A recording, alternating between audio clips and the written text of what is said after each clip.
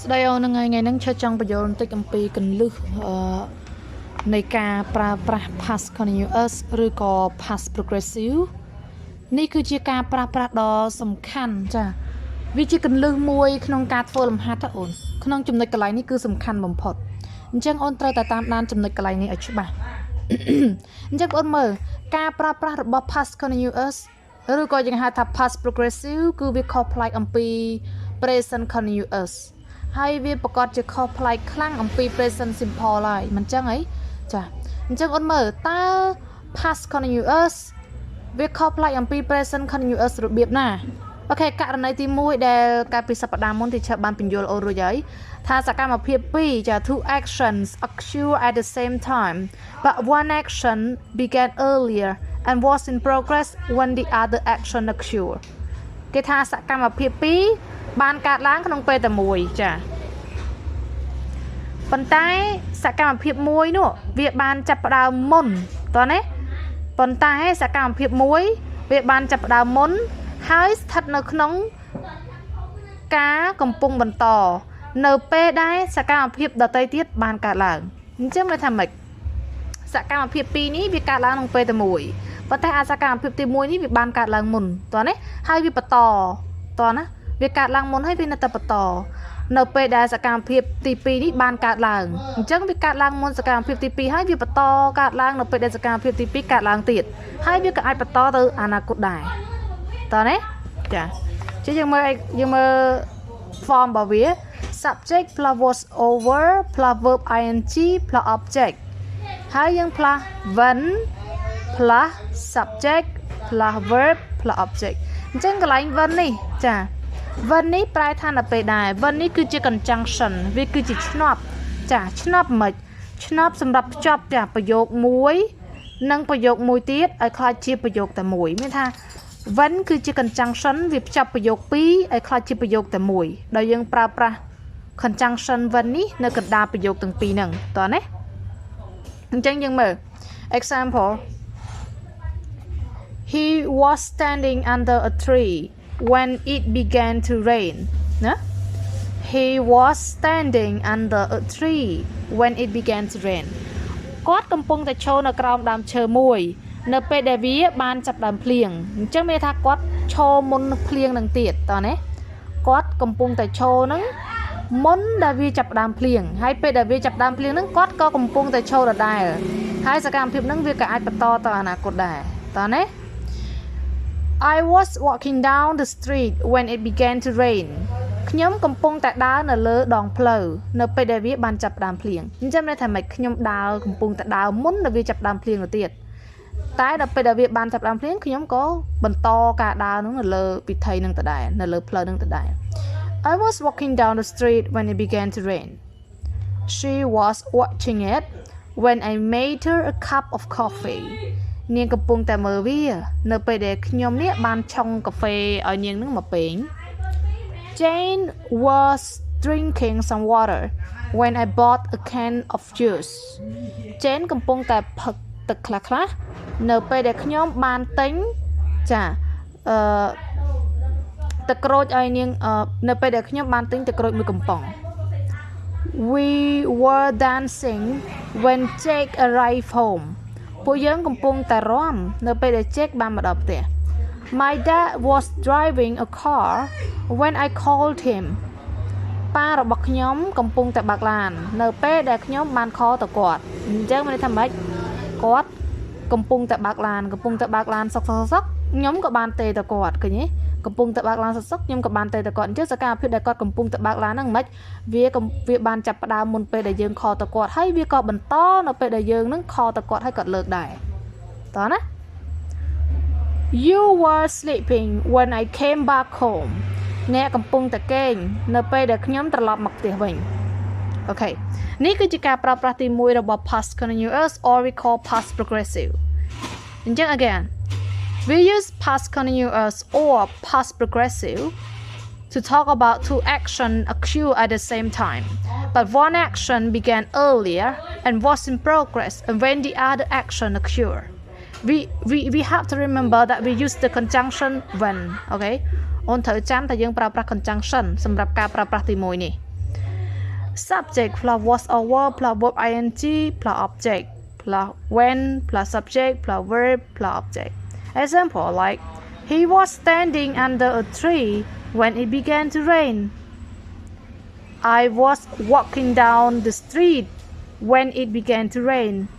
She was watching it when I made her a cup of coffee. Jane was drinking some water when I bought a can of juice. We were dancing when Jake arrived home. My dad was driving a car when I called him. You were sleeping when I came back home. ចាអូនសួស្តីនឹងថ្ងៃហ្នឹងយើងតពីវីដេអូមុនណាចាតពីវីដេអូមុនយើងបានរៀនអំពីការប្រើប្រាស់ទី1របស់ past continuous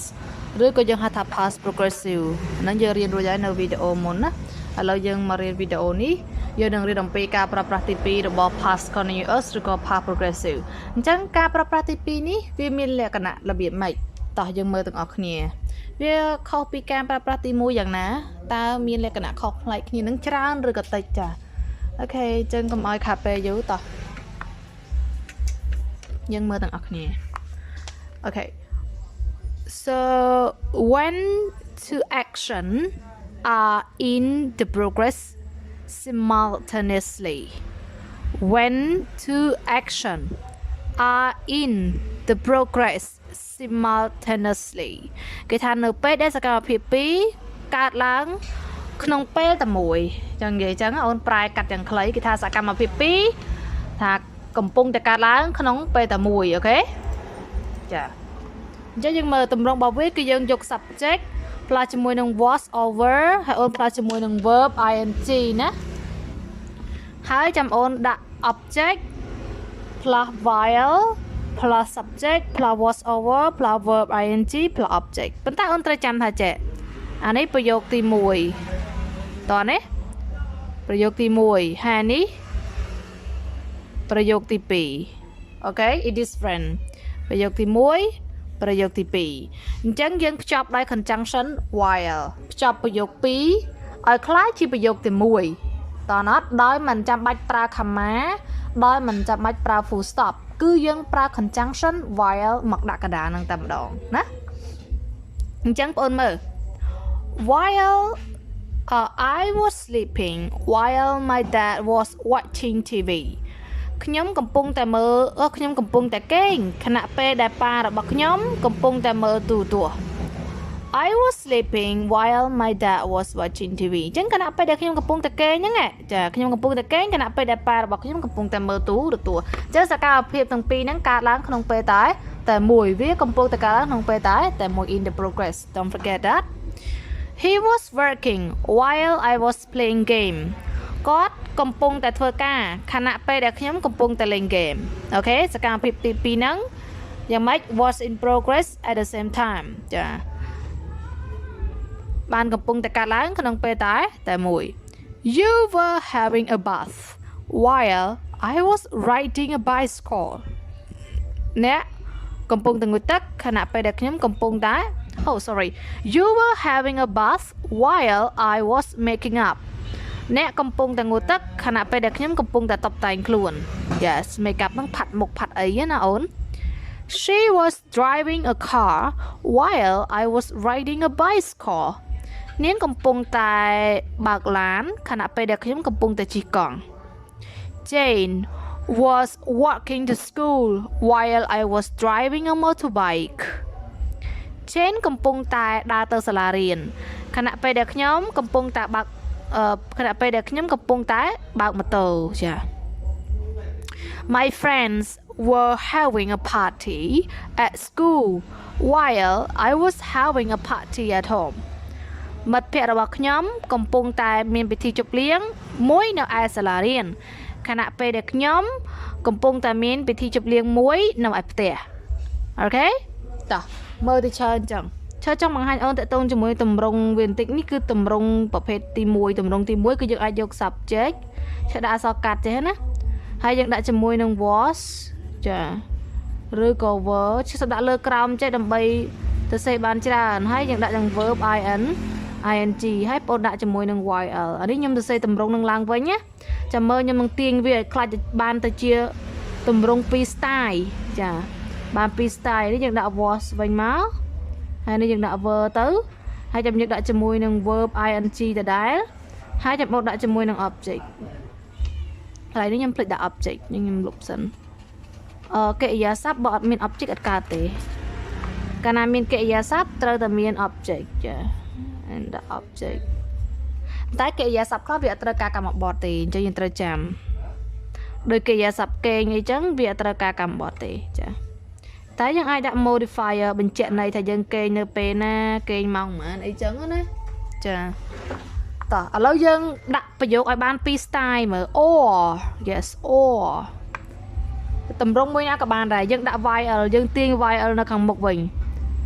បើយើងទាញ YL នៅខាងមុខយើងទាញបើយើងដាក់ YL យើងទាញមកសំណុំនេះបដ ாய் សំណុំតម្រងទី2បដ ாய் ណាអញ្ចឹងគេដាក់ subject ចា plus ជាមួយនឹងអក្សរខ្ញុំអត់ស្អាតទេទាំងអស់គ្នាតែទាំងអស់គ្នាសេស្អាតមក was were ហើយយើងដាក់ជាមួយនឹង verb ing មកចា verb នេះ v e or b តែខ្ញុំដាក់អក្សរកាត់គឺអក្សរ v តទេហើយអូនដាក់ជាមួយនឹង object ហើយអូន plus ជាមួយនឹង comma តោះណាតោះអត់កាលណាយើងទាញប្រយោគទី2នេះណាតម្រងទី2នេះមកដាក់ខាងមុខអញ្ចឹងយើងទាញ conjunction while ដាក់ខាងមុខហើយយើងទៅខាងក្រោយនេះដាក់ comma ហើយចាំយើងដាក់អាប្រយោគតម្រងទី1នេះមកវិញចាប្រយោគទី1នេះមកវិញមកអញ្ចឹង subject ផ្លាស់ជាមួយនឹង was were ខ្ញុំគិតថាខ្ញុំសេអត់អស់ទេគ្នាយើងសេអស់ណាបើខ្ញុំខឹបមកនេះតិចអាហ្នឹងបានល្អតែឥឡូវសេអត់អស់ទេដាក់verb ing មកហើយយើងដាក់ជាមួយអីគេខ្ញុំដាក់ខ្វែងចេះខ្ញុំដាក់ខាងលើដាក់ជាមួយនឹង object ចាមានអីស្រួលតើមើលឧទាហរណ៍ឧទាហរណ៍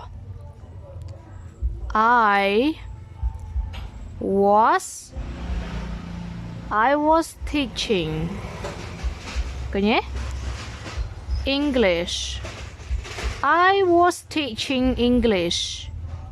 while you were what relaxing ខ្ញុំកំពុងតែបង្រៀនភាសាអង់គ្លេសខណៈពេលដែលអ្នកកំពុងតែសម្រាកអូខេ I was teaching English while you were relaxing ឥឡូវយើងដូរវាឲ្យទៅជា style ទី2មើលចា style ទី2ធ្វើម៉េចយើងទាញមកសំណុំប្រយោគទី2នេះតែម្ដងយកមកដាក់អញ្ចឹងទៅជា while ចាដាក់ or មក while you were relaxing okay I complete comma នេះ comma នេះ I was teaching English yeah.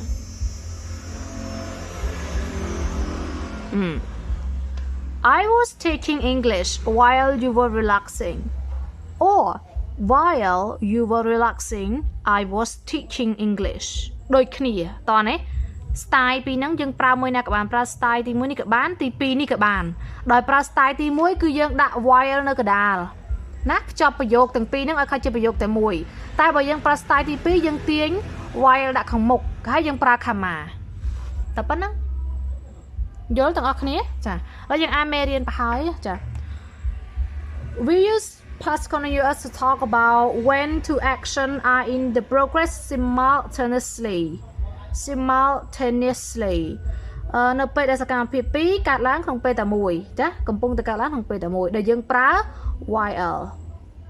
I was sleeping while my dad was watching TV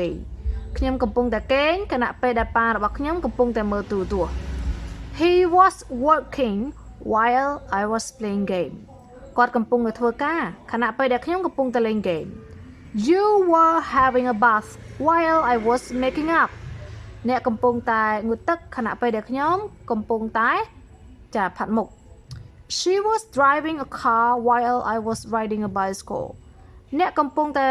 បើកឡានខណៈពេលដែលខ្ញុំកំពុងតែជិះកង់ Jane was walking to school while I was driving a motorbike. My friends were having a party at school while I was having a party at home. อันนี้คือชื่อสไตล์บ่เวียนนังนะจ้ะ